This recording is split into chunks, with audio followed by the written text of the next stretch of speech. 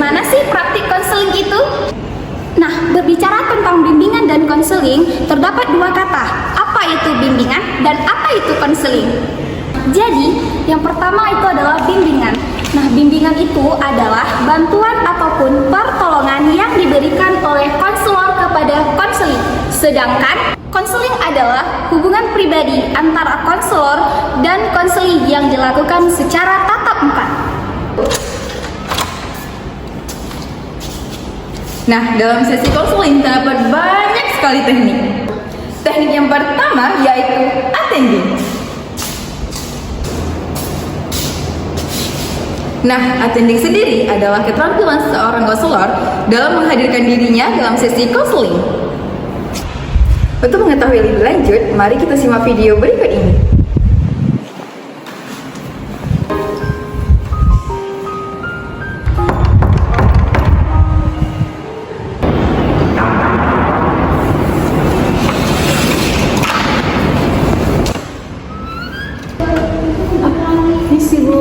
Cari siapa?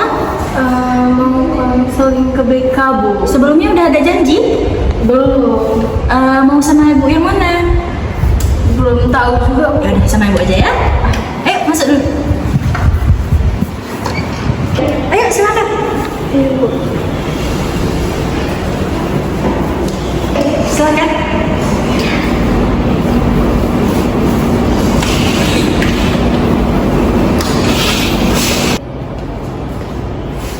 Teknik selanjutnya membuka percakapan. Jadi ini duduknya udah mau begini atau kita ubah? Gini aja, Bu. Gini aja ya udah ya. Gini aja. Gimana? Udah kenal sama ibu? Belum. Jadi kita perkenalan dulu ya. Nah di sini perkenalkan nama ibu Putriani. Kamu bisa manggil ibu Putri aja, Bu Putri gitu. Dan seperti yang kamu ketahui, ibu di sini salah satu guru BK yang ada di SMA, gitu kan? Sebelumnya perkenalkan diri kamu dulu. Saya Nurhaliza Devianti, Bu. Ibu bisa panggil saya Ica. Dari kelas berapa? Dari kelas 10 IA1 yang lantai atas, Bu. Oh iya. Gimana nih kabarnya? Lagi kurang fit, Bu. Kenapa sakit? Iya, kebanyakan minum es deh kayaknya. Oh, udah minum obat? Tadi pagi udah. Ada sarapan? Ada? Sekarang gimana perasaannya, udah fit? Udah mendingan daripada sebelumnya. Udah mendingan ya. Sebelumnya tadi pas mau kesini sama siapa? Kesini Dari tadi di mana? dari kelas. Dari kelas. Kan kesini biasa cewek-cewek tuh dia sama temennya kan, WC aja sama temen gitu. Sendiri, Bu. Sendiri, Iya. berarti sendiri ya. Tadi dari kelas mana? Dari kelas pembelajaran di kelas, Bu. Pelajaran apa? Matematika. Oh, matematika gitu. Enak. Untuk hari ini lumayan lah, Bu, karena nggak ada PR-nya. Kenapa kalau ada PR? Karena kalau ada PR-nya ya capek kan, Bu, buat PR matematika, mana matematika tuh susah lagi. Iya. Sebelumnya nih, tujuan niat pertama kamu kesini mau ngapain tadi? Ica pergi ke BK nih mau cerita sedikit, Bu. Terus kalian mau nanya saran sama solusi dari ibu. Nah, sebelumnya kan kamu bilang tadi kesini mau cerita, mau nanya solusi gitu. Udah tahu tentang BK sebelumnya? Belum. Jadi selanjutnya teknik strukturing, di mana di teknik strukturing ini menjelaskan tentang proses-proses dalam konseling, azas-azas yang ada di dalam konseling, serta batas-batas waktu yang nantinya di dalam proses konseling. Nah, sebelumnya Ica sudah tahu belum tentang BK?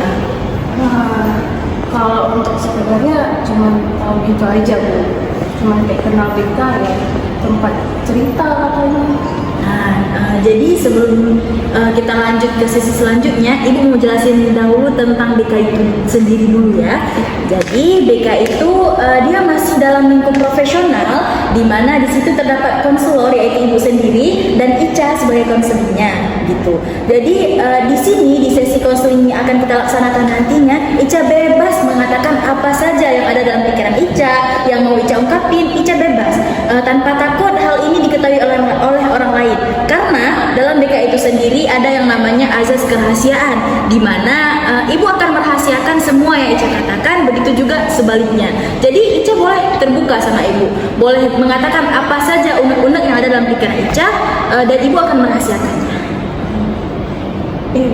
Nah, jadi di sini ibu juga mau jelasin peran ibu di sini sebagai konselor, di mana ibu hanya membantu, hanya mengeksplorasi pemikiran Ica untuk menyelesaikan permasalahan yang sedang Ica hadapi. Sedangkan tindakan yang mengambil tindakan, yang menyelesaikan permasalahan itu sendiri adalah Icanya, gitu. Bisa gitu? Nah, kemudian ibu punya waktu 40 menit nih untuk sesi kita saat ini. Apakah bisa? Atau mungkin Ica ada kelas lain setelah ini? 40 menit? Iya. Oke, ini Ica nggak bisa sampai 40 menit karena ini kan jam istirahat ya. Cuman bisa 30 menit soalnya nanti masih ada kelas lanjut di kelas juga, Bu. Berarti cuma bisa 30 menit. Iya. Ya udah nggak apa-apa. Sesi ini kita lakukannya 30 menit aja dulu ya. Nah, jadi teknik selanjutnya adalah identifikasi masalah. Jadi nih, Ica mau cerita apa ke ibu? Ica mau cerita. Gak apa-apa Ica, bilang aja semuanya. Ibu gak bakalan bocor ke orang lain. Jadi kan Bu, Ya? sebenarnya Ica udah bolos sekolah. Terus orang tua Ica tahu. Terus orang tua Ica kayak marah kali sama Ica. Ica kan takut. Jadi Ica kayak pas ditanya sama orang tua Ica, kenapa kamu bolos? Ica kayak spontan jawab karena cara guru ngajar di kelas tuh nggak seru. Ica spontan aja jawab gitu. Oh iya, terus? Ya orang tua saya habis-habisan marahin saya takut. Sebelumnya kalau boleh tahu dalam seminggu ini Ica udah berapa kali bolosnya? 2 kali. Jadi orang tua Ica marahnya habis-habisan gitu. Orang tua saya tuh kemarin sampai ngancam saya buat udah kamu berhenti di sekolah, keluar aja sekolah. Terus orang tua saya juga ngancam nggak bakalan ngasih uang jajan lagi. Terus bakalan buat saya menghindarin kawan-kawan saya. Terus pas orang tua Ica bereaksi seperti itu, apa yang Ica rasain? Ica takut. Terus Ica berekspektasi bahwa diri Ica itu gimana gitu, sampai orang tua Ica semarah itu gitu. Mungkin karena Ica bolos. Oh iya, seperti itu. Selanjutnya, eksplorasi, di mana eksplorasi ini adalah untuk mengungkapkan ataupun pikiran si klien kepada konselor secara jujur. Menurut Ica nih, apakah tindakan Ica membolos itu benar sebagai sebuah tindakan pelarian Ica karena Ica merasa tidak puas terhadap cara mengajar guru Ica, atau gimana? Iya, Ica ngerasa karena Ica nggak puas nih sama cara ngajar ibu tuh ya Ica larinya tuh bolos Bu. Ica memilih bolos sebagai pelarian Ica dari nggak sukanya cara ngajar ibu itu. Iya, ibu mengerti bahwa Ica nggak suka gitu sama cara mengajar guru itu. Nah, ibu juga mau tahu nih, gimana menurut Ica tindakan membolos Ica itu, kan Ica juga sadar bahwa tindakan membolos Ica itu merupakan sebuah pelampiasan atau pelarian Ica, di mana di saat Ica merasa tidak puas terhadap cara mengajar guru tersebut, Ica bolos. Nah, pandangan Ica nih, ketika Ica bolos seperti itu, bagaimana pengaruhnya terhadap diri Ica, orang tua Ica, ataupun guru tersebut gitu? Ya, yang pastinya Ica tahu bolos itu guru Bu ya. Terus Ica tahu, Ica sadar kalau karena Ica bolos itu orang tua Ica marah-marah ke Ica. Guru juga kayak kayaknya ibu tuh udah nggak senang lagi deh lihat Ica gara-gara Ica nggak sering bolos tuh 2 kali baru ya. Terus kalau Ica pun ya kayak sering nanya kenapa bolos gitu. Nah, jadi teknik selanjutnya focusing. Focusing adalah keterampilan konselor untuk menentukan satu topik permasalahan yang akan dibahas dalam sesi konseling. Ayo. Jadi Tadi menurut cerita yang sudah Ica terangkan kepada Ibu, sepertinya banyak yang Ica rasain ya. Mulai dari Ica takut akan reaksi orang tua Ica, terus tindakan membolos Ica, dan ketidakpuasan Ica terhadap cara guru Ica mengajar gitu. Nah, berhubung waktu kita ini kan terbatas, cuma 30 menit. Boleh nggak kalau semisal di pertemuan kali ini kita fokus dulu ke tindakan membolos Ica gitu? Boleh, Bu. Boleh ya? Selanjutnya, teknik refleksi. Refleksi adalah upaya menangkapkan perasaan ataupun pikiran dan juga pengalaman si klien.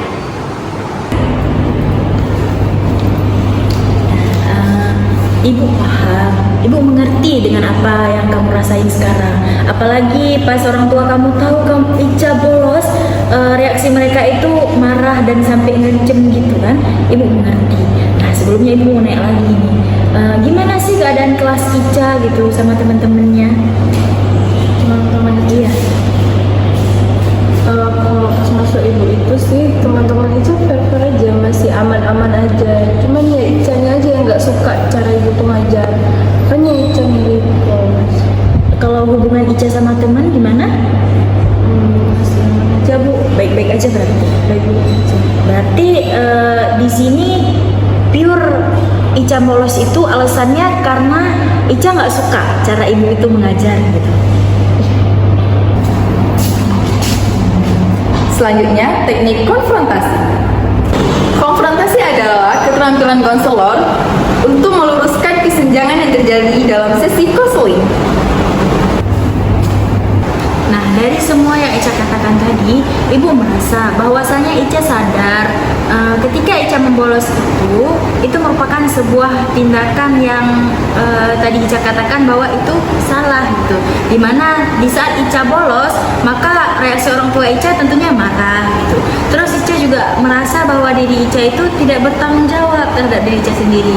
Nah, setelah Ica menyadari hal tersebut, namun kenapa Ica tetap memilih membolos itu sebagai penyelesaian dari masalah Ica gitu? Ya karena Ica milih bolos karena punya alasan sendiri ya. Ica milih bolos karena Ica pengen diperhatiin. Ica juga pengen didengar. Ica juga pengen ibu tuh tahu kalau cara ibu ngajar buat Ica nggak suka, buat Ica nggak nyaman. Tapi Ica nggak tahu cara lain, makanya Ica cuma tahunya ya bolos. Oke, tahap selanjutnya parafrase. Parafrase adalah keterampilan konselor menyatakan kembali kalimat-kalimat penting dalam sesi konseling. Sebenarnya Ica merasa kebingungan menghadapi suasana di mana Ica tidak merasa nyaman saat guru itu mengajar. Gitu. Makanya Ica memilih bolos, benar begitu? Iya, Bu. Ica tahu bolos itu salah, tapi ya karena Ica udah nggak nyaman lagi sama cara yang itu ngajar, makanya Ica mau bolos. Selanjutnya, mengarahkan dan menyimpulkan. Ica pernah mencoba ngomong nggak sama ibu?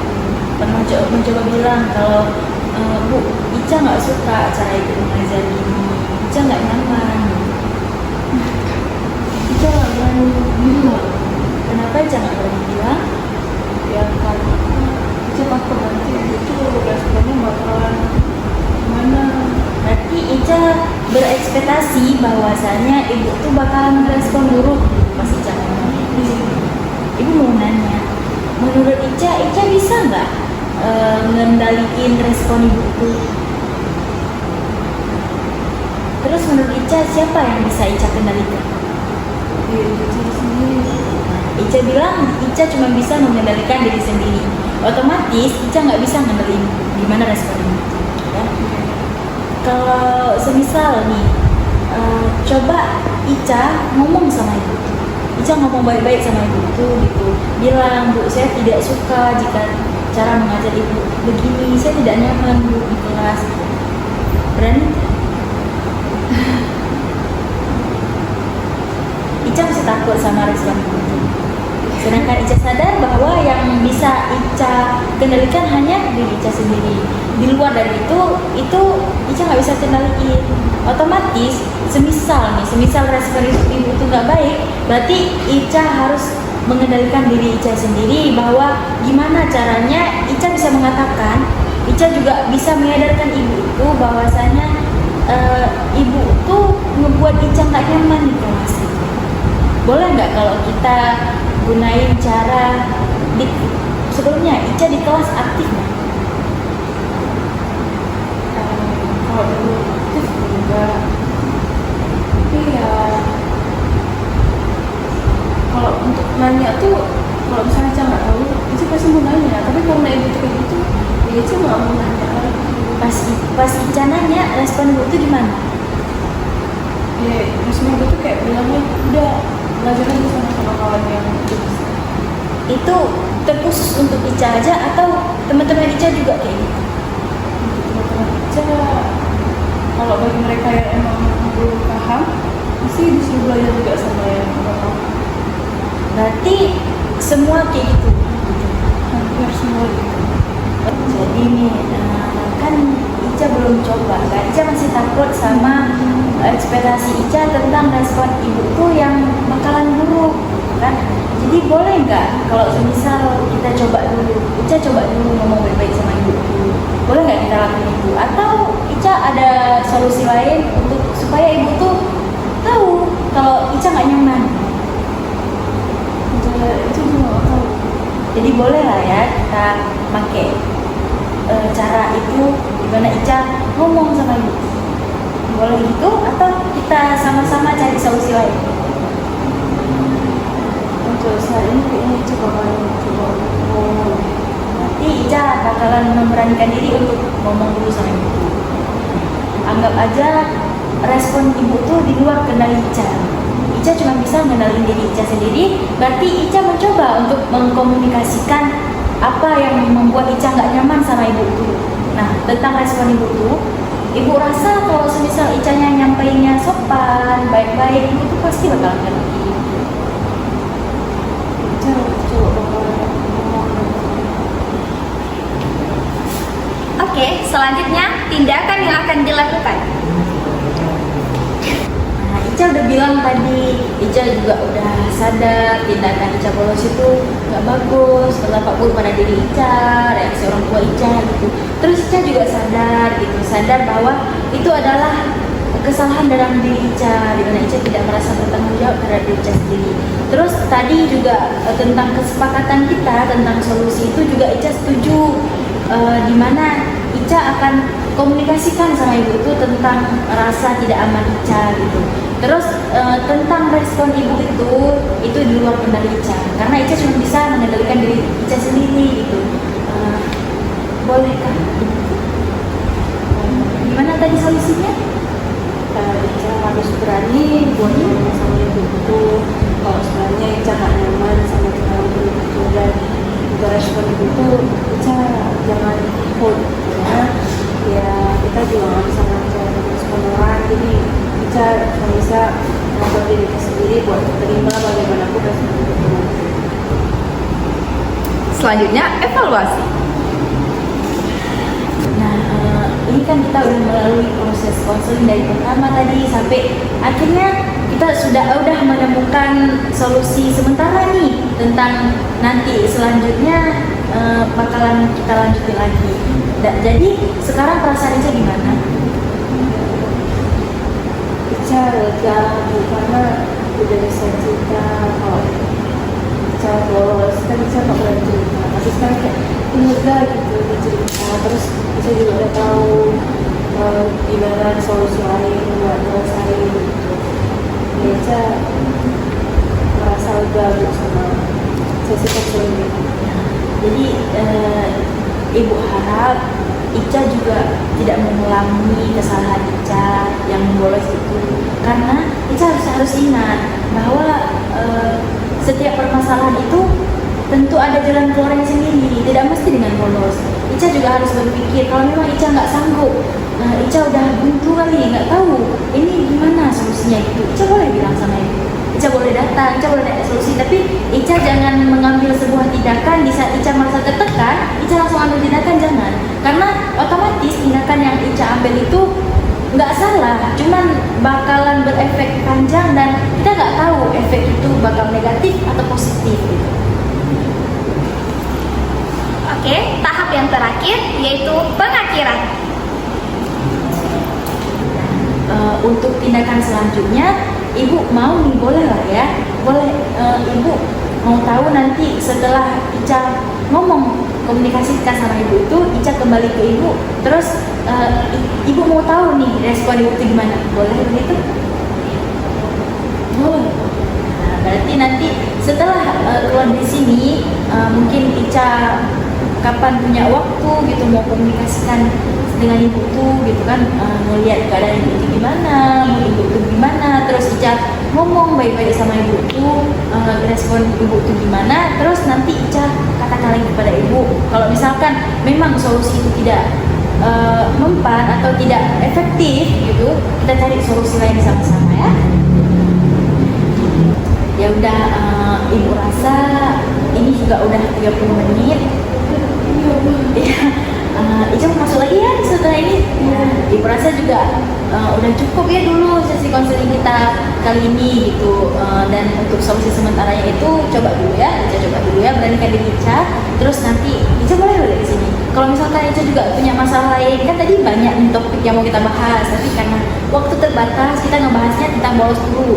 Kalau misalnya Ica mau nih pas ada waktunya lagi, Ica mau lagi datang aja ya. Terima kasih Bu ya. Sama-sama. Penentuan barusan merupakan tahap-tahapan yang ada dalam teknik konseling. Semoga dapat bermanfaat bagi semuanya, dan maaf jika ada kesalahan dari kelompok kami. Sekian, terima kasih, bye-bye.